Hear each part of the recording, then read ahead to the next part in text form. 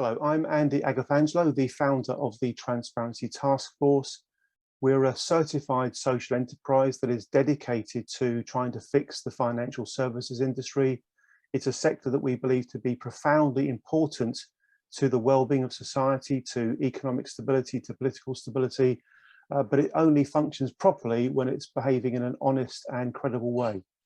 We're particularly focused on areas that relate to corruption and miscarriages of justice, and that's why I'm especially pleased to have a chance today to speak with Tom Hayes, who has been involved with the Lowball tapes, the recent BBC Radio 4 production led by the journalist Andy Verity. And Tom has very kindly given me a chance to talk to him and to play this video recording in the event we have about the Lowball tapes coming up shortly. So Tom, thank you again for agreeing to set aside some time with me today. Please do take an opportunity, first of all, Tom, to simply introduce yourself and explain as succinctly as you can what happened to you.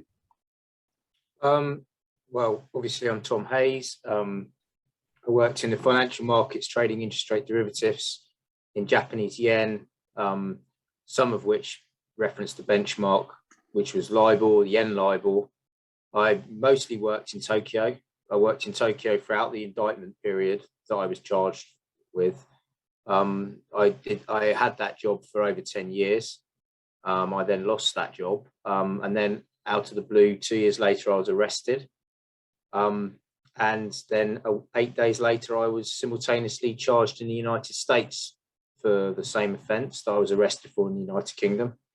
So I was effectively charged by two jurisdictions simultaneously.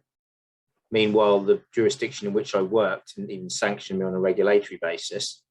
I've been offered up as a sacrificial lamb by my employer bank, UBS, to ameliorate their fines and have them reduced by somewhere in the region of $2.5 billion. And then I was prosecuted in the UK. Thankfully, because I didn't want to go to the Americans. I was told I was going to get a 30-year prison sentence, and although that didn't ever transpire to be the case, I faced trial in the United Kingdom. I faced an expert who wasn't. I faced members from the British Bankers Association who perjured themselves, and I faced an employer who withheld evidence from the prosecutor and the court. And the regulator, and I got a 14-year prison sentence, which was reduced to 11 years. So I served 5.5 years in prison, most of which, well, 3.5 years of which was in high security prisons, where I was sharing cells with people who, murderers and what have you. And then I was released in January of last year, and I had an application to the CCRC that's been with the CCRC for over 5 years now. Tom, thank you very much indeed for giving such a clear and succinct summary of what happened to you. So I listened to the Lowball tapes, the podcast on BBC Radio 4, and I think it's impossible for anybody to take on board the information within that series of podcasts and not come to the conclusion that there really were terrible miscarriages of justice. I mean, was it as bad and as straightforward as it came across on the podcast series? Well, yes, and the irony is that what actually happened and how LIBOR works and who told what lies is actually remarkably simple. But it was very adroitly handled by very powerful people to make sure that the blind eye was put to the telescope, and that the people who should have been looked at weren't looked at. The communications director at the Bank of England was instructed to spin the story away from the bank and towards the traders. And of course, at that time, the zeitgeist was to lock up bankers, and bankers were extremely unpopular.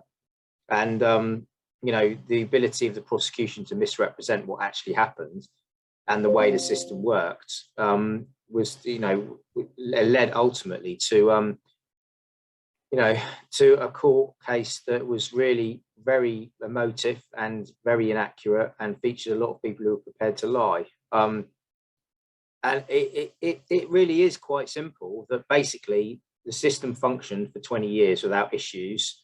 And was it riddled with conflicts of interest? Yes. Was it a perfect system? No. I think the Second Circuit in their appeal decision recently, when they said it wasn't a criminal offence, noted that it goes against every notion of fairness that the bank would set the rate it traded its products against. But that's the way the rate was set up, and that's the system we operated in. Then when people started lying about the rates, that's when people started looking at the rates, and that's when people decided that they needed to shut down any sort of investigation that was going to lead up, and including into the Treasury and to the Bank of England. It does seem like it's been a cover-up, a big cover-up going all the way to the top of the system. Have I got that right? Is that the gist of it? I mean, I don't have first-hand knowledge except for the evidence I've seen during, that the BBC have discovered, that others have discovered. All of that evidence was seen, post my conviction. None of it was in front of the jury. I was aware at the time when I was working that lowballing was happening, because the rates that were getting submitted at that time were just nonsensical. They were rates at which we couldn't borrow. And I remember I had an email at one point from somebody saying, have you got some positions or something? Because your rate's so low, that just looks ridiculous. And I wrote back, I said, it's all senior management. They want to show the world we're the world's strongest bank. It was all done to hide liquidity and solvency issues. I mean, same time that everyone's knocking on everyone's door, be it in the Middle East, be it, shareholders, existing shareholders through rights issues, they're all trying to raise capital, in whichever way that they can to bolster their balance sheet. And so the question of their solvency was really important to them. And I think my judge in his sentencing remarks described lowballing of a far greater magnitude and also against the rules, but justified it on some sort of noble cause basis. Of course, he was right. It was of far greater magnitude because they were actually lies. And it was against the rules because you're not meant to lie about the rate. That is a misrepresentation. But, a message had to be sent to the city. I was told afterwards the reason my sentence had only been reduced by such a small amount from its very egregious starting point was because a message needed to be sent to the city. So by locking up a few junior traders, effectively, I know we were well paid, but we weren't senior in management sense. Yeah. And protecting those above us, it was a very hand in glove moment for prosecutor, regulator, bank, politicians. I mean, and the lowball tapes did really well to actually show some of the opprobrium that we were facing in the House of Commons, in the Select Committee hearings. And they weren't told the truth. They didn't hear all the evidence. They weren't actually presented with an actual trader to say, well, hang on, guys, that's not how the system works. We weren't ever submitting false rates. Yeah, we wanted the best rate. And I was, I sent the most emails because I just did it every day. I didn't cover anything up. So I was particularly easy target for UBS to select as this person that could be offered. I think, the assumption was that I would roll over and I'd plead guilty, and it was a shock and awe tactic, charged in 2 jurisdictions, told I was facing a 30-year prison sentence in the States, lose my mind, just think I can't cope. But, I'm still fighting 10 years on.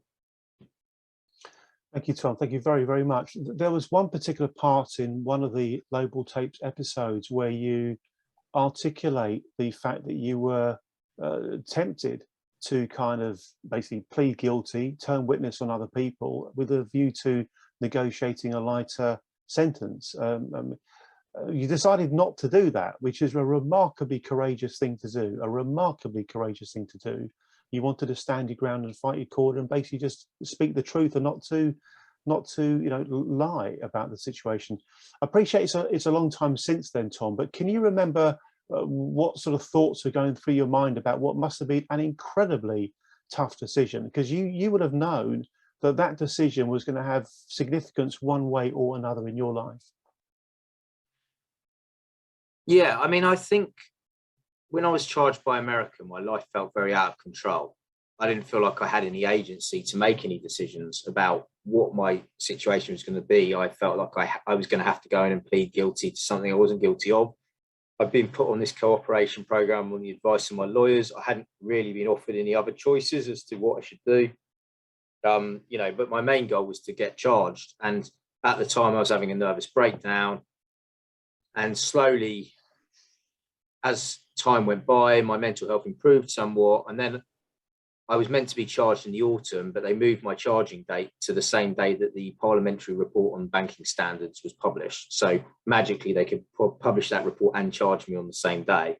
Right. And at that point, you know, I felt like I'd been told I was all clear of cancer because I knew I couldn't be extradited. But it was also the first point where I could actually take back some control and decide what I wanted to do. And was I prepared to take the witness stand and lie about my co-defendants and lie about their conduct and potentially send 6 innocent, maybe more? I mean, they had 20 people on my indictment, more innocent people to prison. No, I wasn't prepared to do that. And also I wasn't prepared to plead guilty for something I didn't think was even a crime.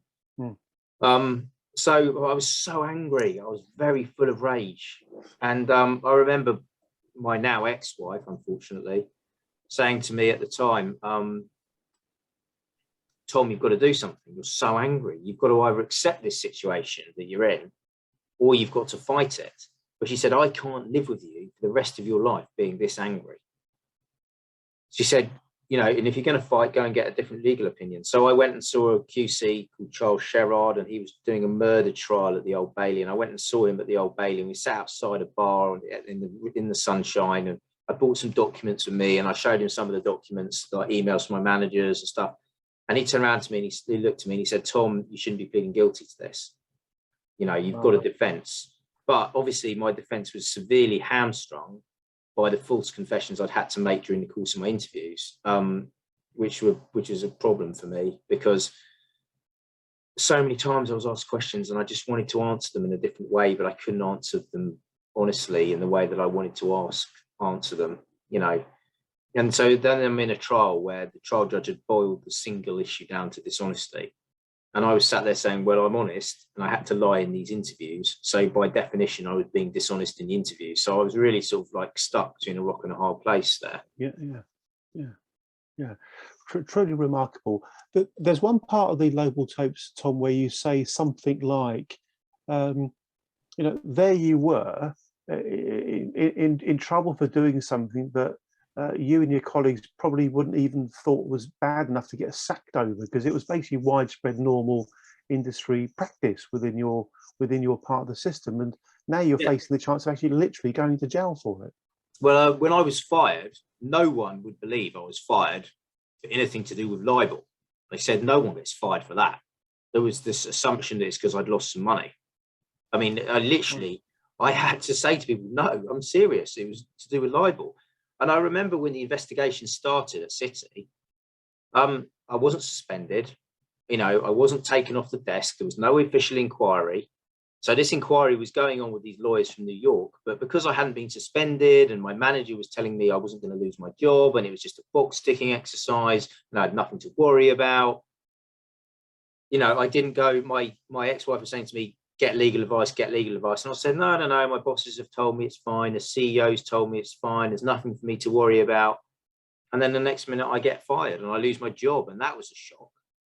And then, you know, I just thought they paid me to leave and they gave me a standard reference. And I just thought I'd get another job. And then I couldn't get another job because the investigations were heating up. So I thought I'd just sit it out and then it would die down. Yeah. And I didn't hear anything. And then 2 years later, I was just suddenly arrested out of the blue. And at that point, December the 11th, 2012, that was sort of December the 10th, 2012 was the last normal day of my life, really.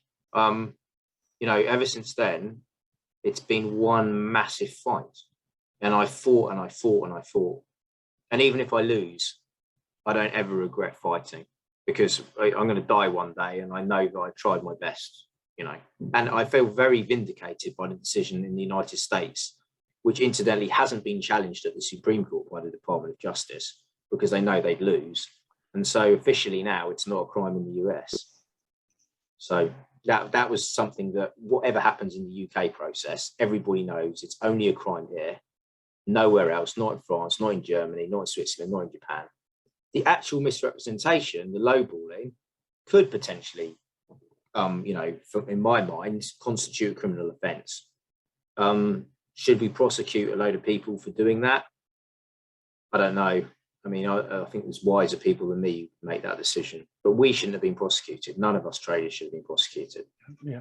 So essentially, it's the people that shouldn't have been prosecuted and jailed were, and it's obvious, listening to the tapes, that the people who should have been investigated, prosecuted, jailed weren't. We'll come back to that point. Tom, I'm going to ask you a question that quite genuinely, just say skip if you don't want to answer it, but it would be helpful to understand. It will be helpful to understand what this has done to you in terms of your life. You've mentioned your ex-wife a couple of times, for example. You've mentioned the breakdown. Would you be happy, if you wish, to talk about how this has impacted you, and despite that list of things that it's meant to you and what it's done to you, that you've somehow managed to sort of stay sane and stay upright and keep on battling away? If you're happy to talk about that, please do. If you're not, then just say skip and we'll move on. No, I'm happy to talk about it. I mean, I'm exhausted after fighting for so long. They wage war against you in so many ways, economically, by putting you in prison, by attacking your family. My parents' house got raided at 7 a.m. My ex-wife, got accused of you having a false name and a false address, and mortgage fraud, none of which was true. They materially misled the court in that respect.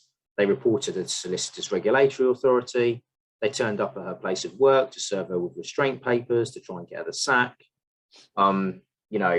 They accused my 18-month-old son of being engaged in some sort of like concealing assets because he had a national savings and investment account. That was when we weren't present in the court.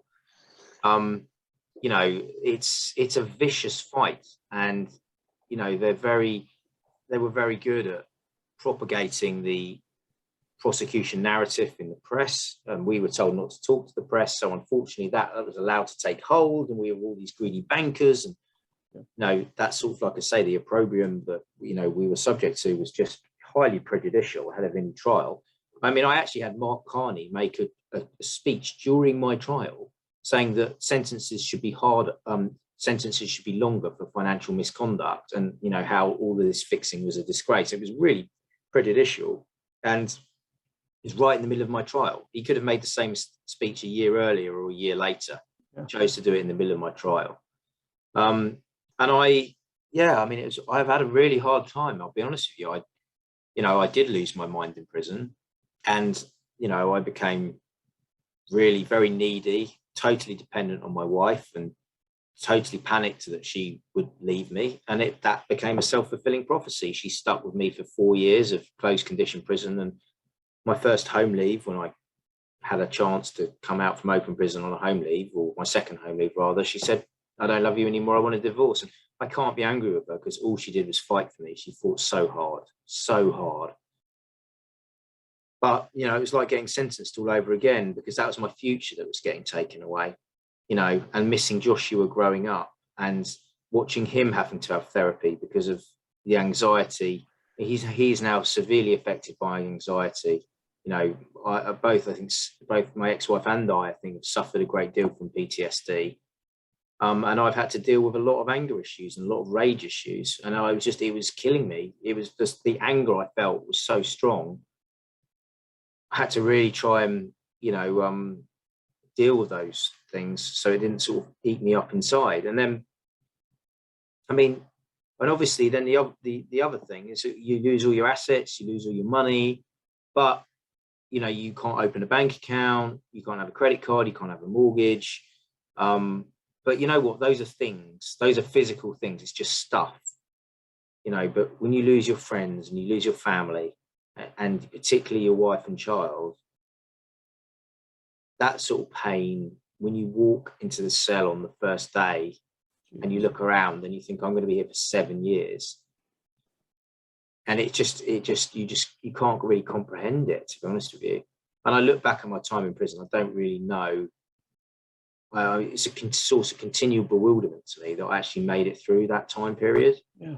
You know, and I still have very bad anxiety. I wake up in the morning feeling absolutely petrified, and I've got no idea why, and there's no real reason. I can't pinpoint it, and I have to start my day and get on with things to sort of clear my mind. So, I mean, these are the long-term impact on so many people across my family, my parents, my siblings, you know, was just monumental. And I often ask myself, well, maybe I should have just done the easy thing and pled guilty, gone to prison for 14 months in an open prison and kept all my money. But I never regret that decision. No matter how bad things are, I don't regret it. Tom, in all honesty, I find your openness and your honesty and your strength bloody inspiring. I'm just being frank with you. It really is. So when you went to prison, you must have gone to prison knowing that you shouldn't have been there, knowing that there had been an egregious miscarriage of justice, knowing that you and others were basically being the fall guys for the real culprits further up the pecking order. Well, yeah, I mean, I was delighted because they held my criminal appeal after my conviction within 3 months. That's unprecedented. And they did that because they wanted to do it before the result of my co-defendant's trial. I was tried alone and convicted. All my co-defendants were subsequently acquitted.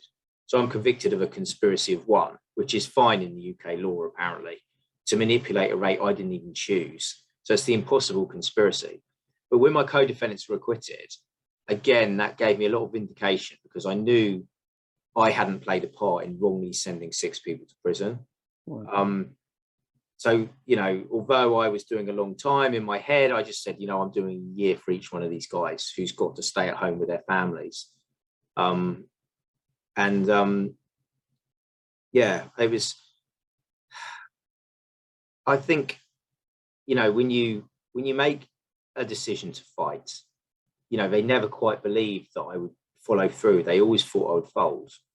But there are a lot of brave people, because if you look at Matt Connolly in the States, yeah, I mean, he could have done 6 months home detention, paid $100,000 and just moved on with his life. And instead he spent $4 million, his life savings, fighting the case in the US, and which led to the landmark judgment in his case. Yeah.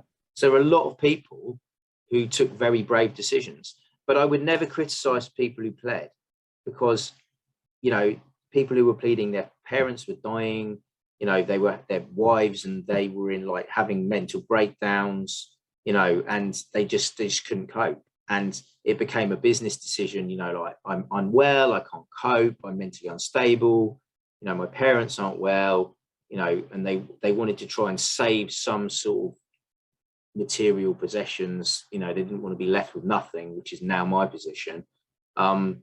So I wouldn't ever criticize people for making that choice, because those guys are just as innocent as everyone else, because it wasn't a crime.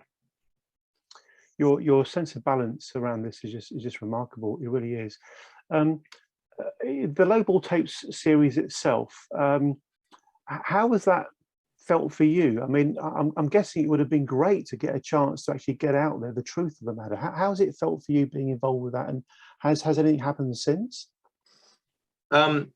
Well, I mean, Andy Verity did a panorama very early on when the information was far less complete. And, you know, over the years, he's done brilliant investigative journalism. You know, he's really gone into the documents. He's really understood the issues. He's not taken the narrative at face value. And he made some pretty bold claims in that series that the BBC, credit to the BBC for, showing, some sort of, courage to power, really.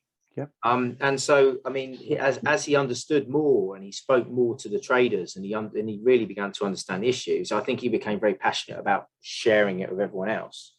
And the lowballing tapes, my application to the CCRC, despite everything, was provisionally turned down in December, and I was in a very dark place. But, you know, I had some very generous supporters, some of whom sit in the House of Lords, who funded my ability to contest that provisional decision. And since that decision, we've had two things. Firstly, was Connolly and Black, which is gigantic because it leaves the UK as an outlier now, where this is the only place which has criminalised this conduct by inventing a rule in 2015.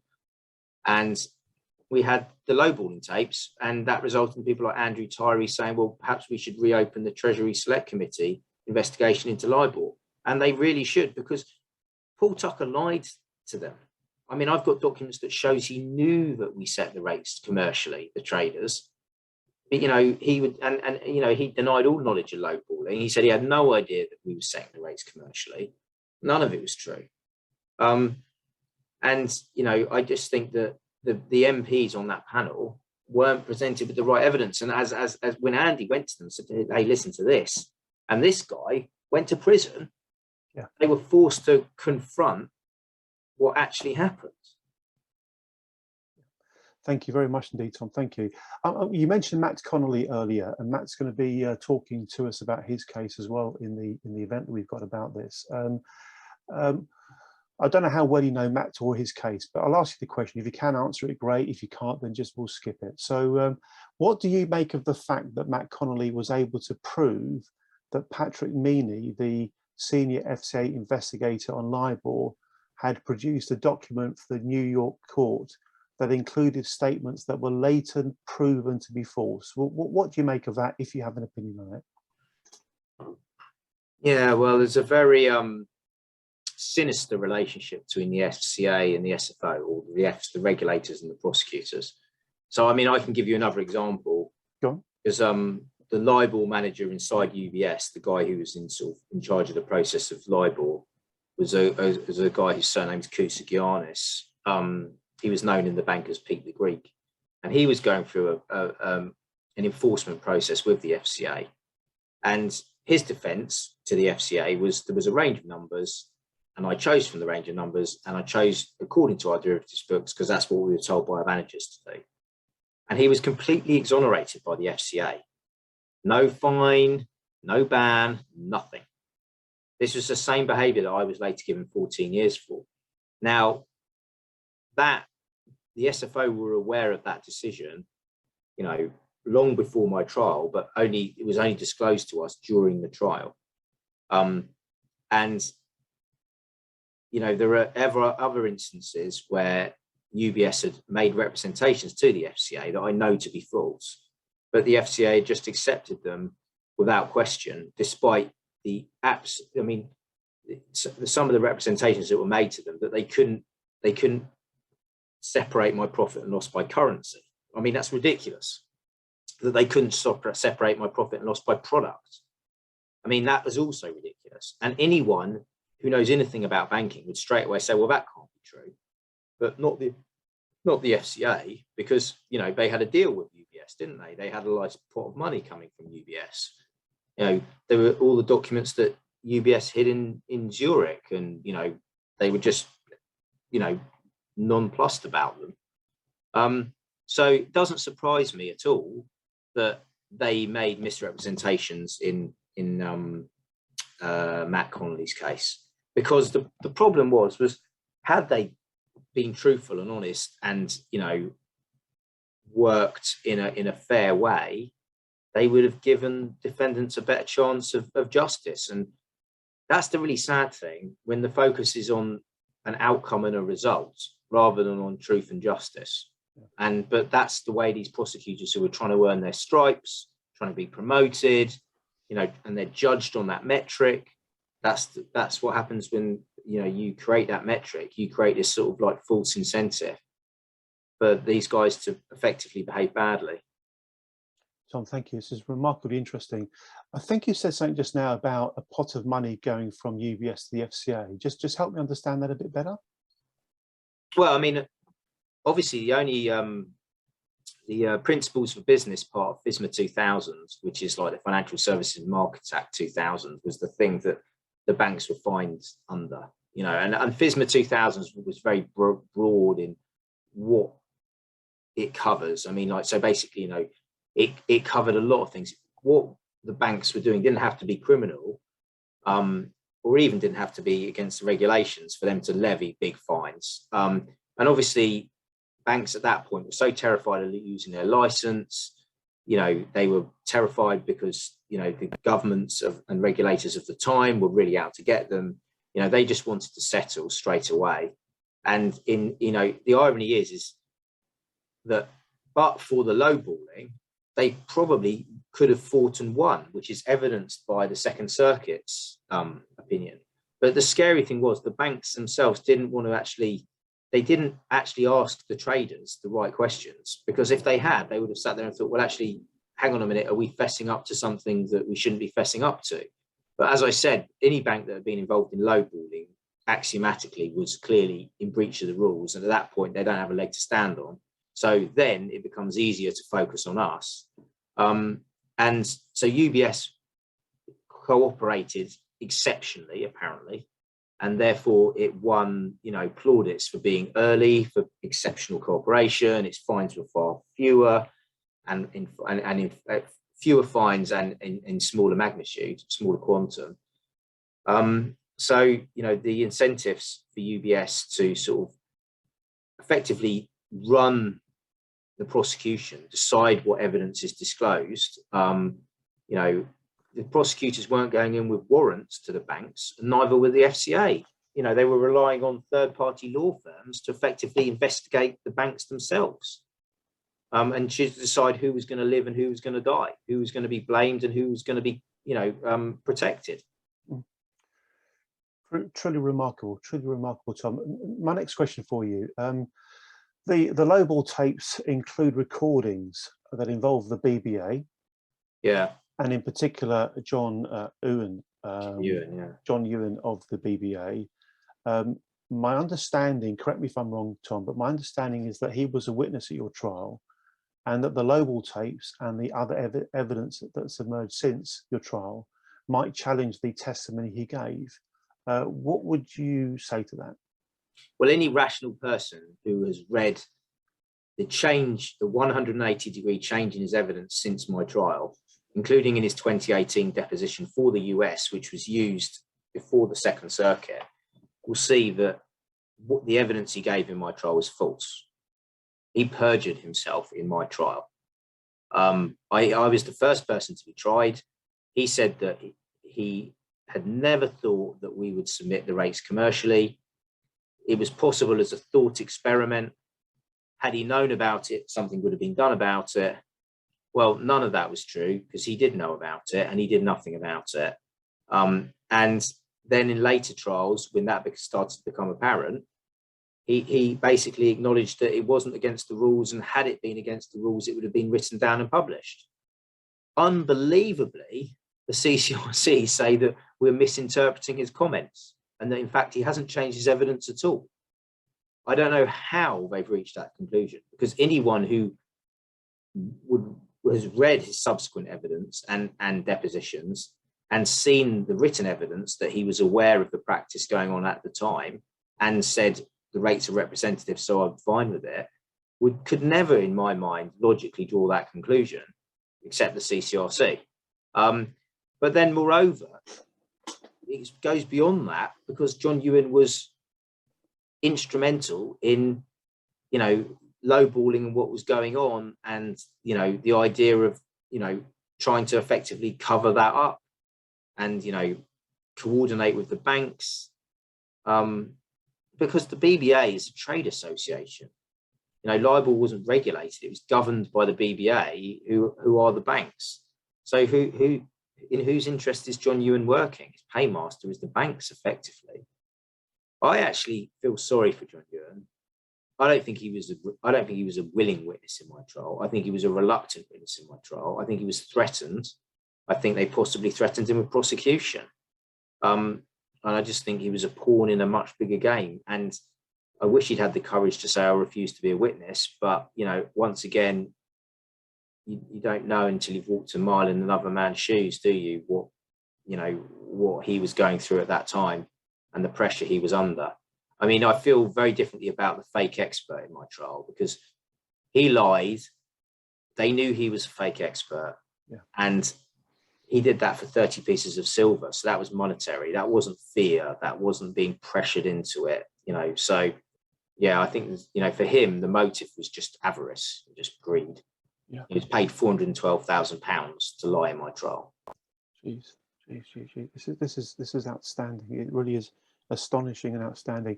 It's been described to me that the Lobel tapes and evidence from Matt Connolly case provide proof that there was a collusive breaching of the libel rules by a number of parties, including the banks, bank senior executives, the FCA, the BBA, Bank of England, the government, none of which was prosecuted.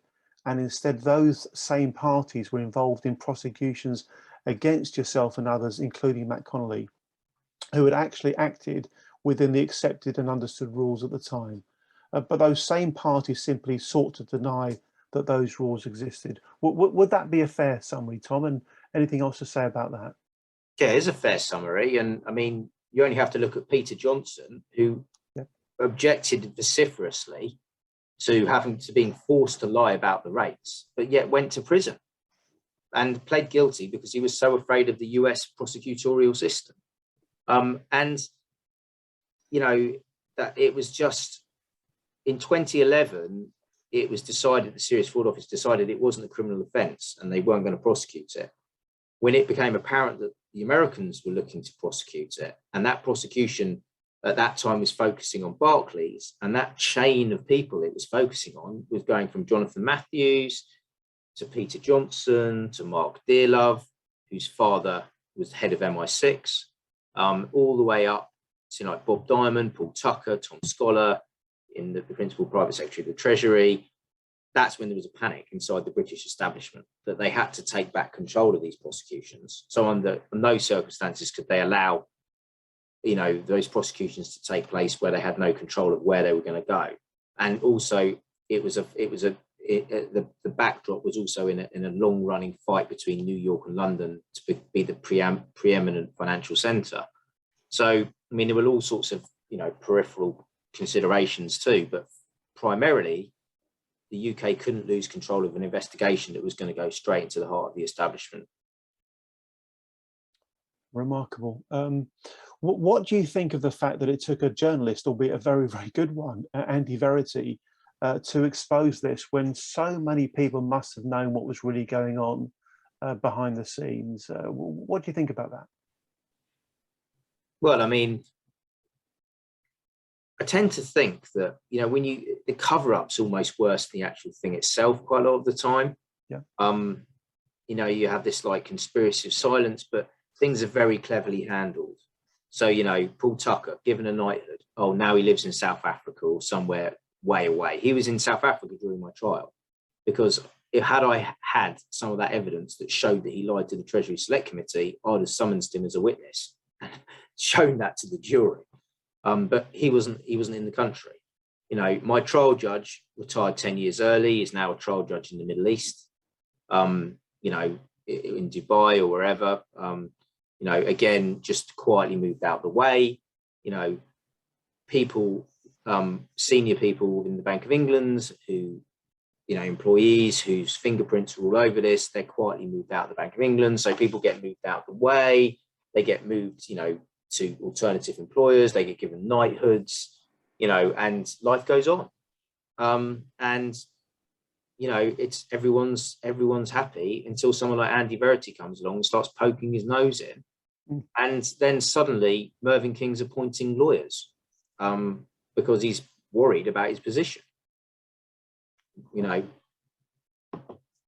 Crikey, it's remarkable. Really is remarkable. You've mentioned the Treasury Select Committee a couple of times, Tom. So based upon what I heard on the Lobel tapes, it seems to me that the first time they looked at this matter, they simply weren't given all the information. If they were, they would have probably come to very different conclusions and thought completely differently about the whole thing. To your mind, Tom, is there any sensible reason why the Treasury Select Committee should not now enthusiastically pick this whole thing up again and look at it properly?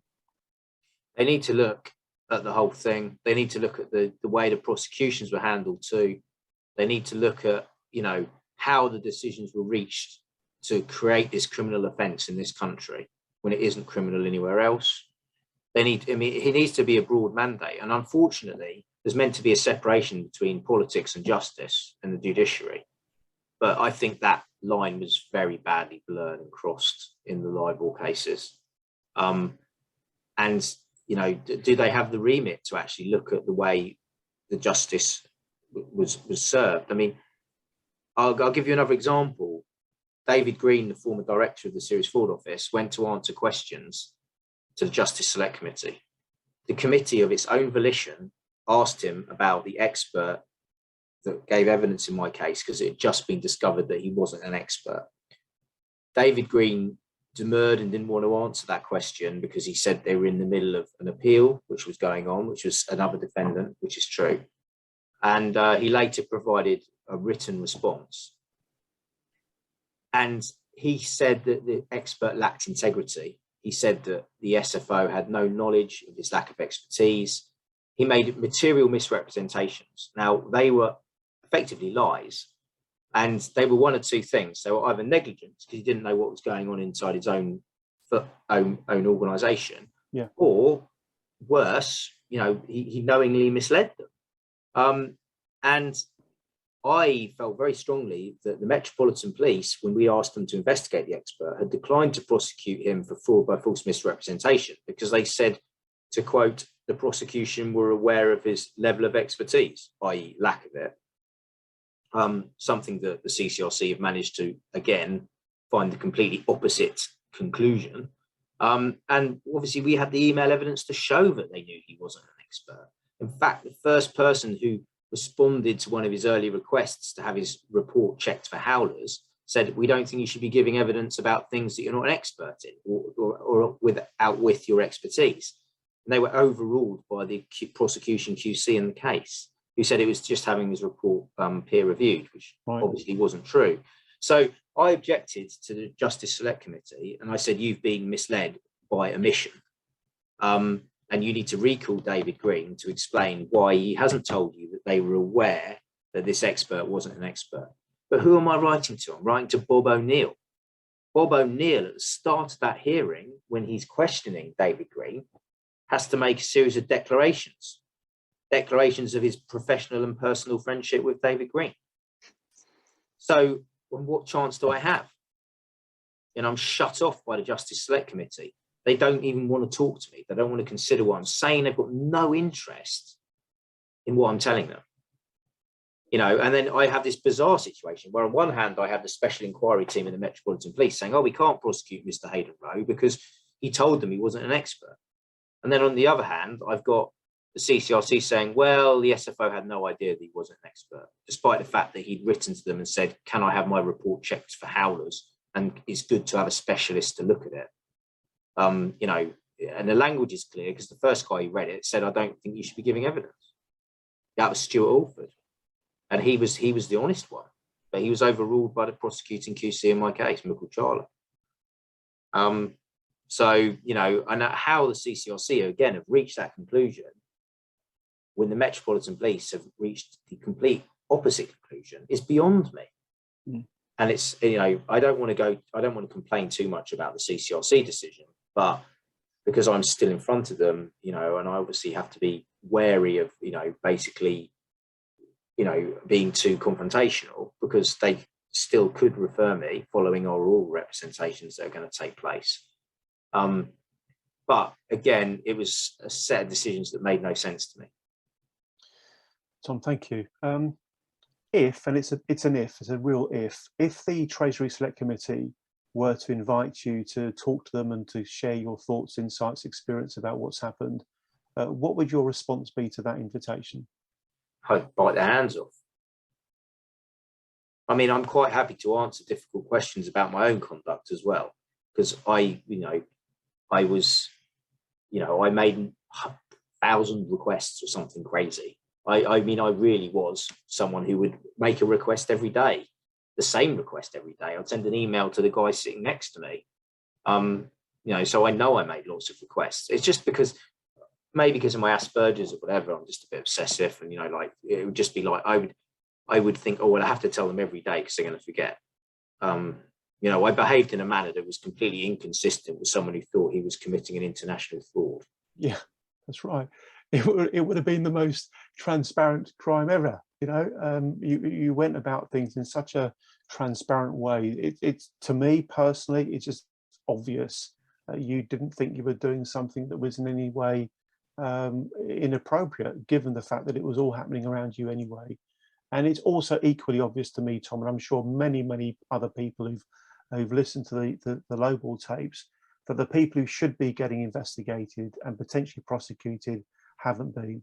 And even though it's many years on, surely the fundamental integrity of the system matters enough to look back at what happened now and to try to put things right.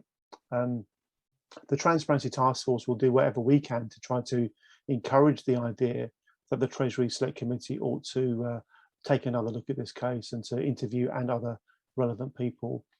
Tom, in winding this conversation up, can I just please thank you, person to person, man to man, as it were. I genuinely find you to be a remarkably open and straightforward person to talk to about such, difficult and complicated matters. You've been phenomenally open with me. I really do salute you for being that way. But more than anything else, you said something earlier about, not judging somebody until you've walked in their shoes. I think of myself as a pretty resilient, tough individual with a lot of, stamina and backbone. I just do not know how you manage to cope under the immense pressure and challenges and strains that you've experienced in your life. Being sent to jail, knowing that you shouldn't be there, it must have just, but beyond words, Tom, beyond words. I have nothing but pure admiration for you, Tom. I really have. Thank you so much for sharing time with me today. Thank you, Tom. Thank you very much. That's no problem at all. It was nice to talk to you. Thank you, Tom. Thank you. Thanks.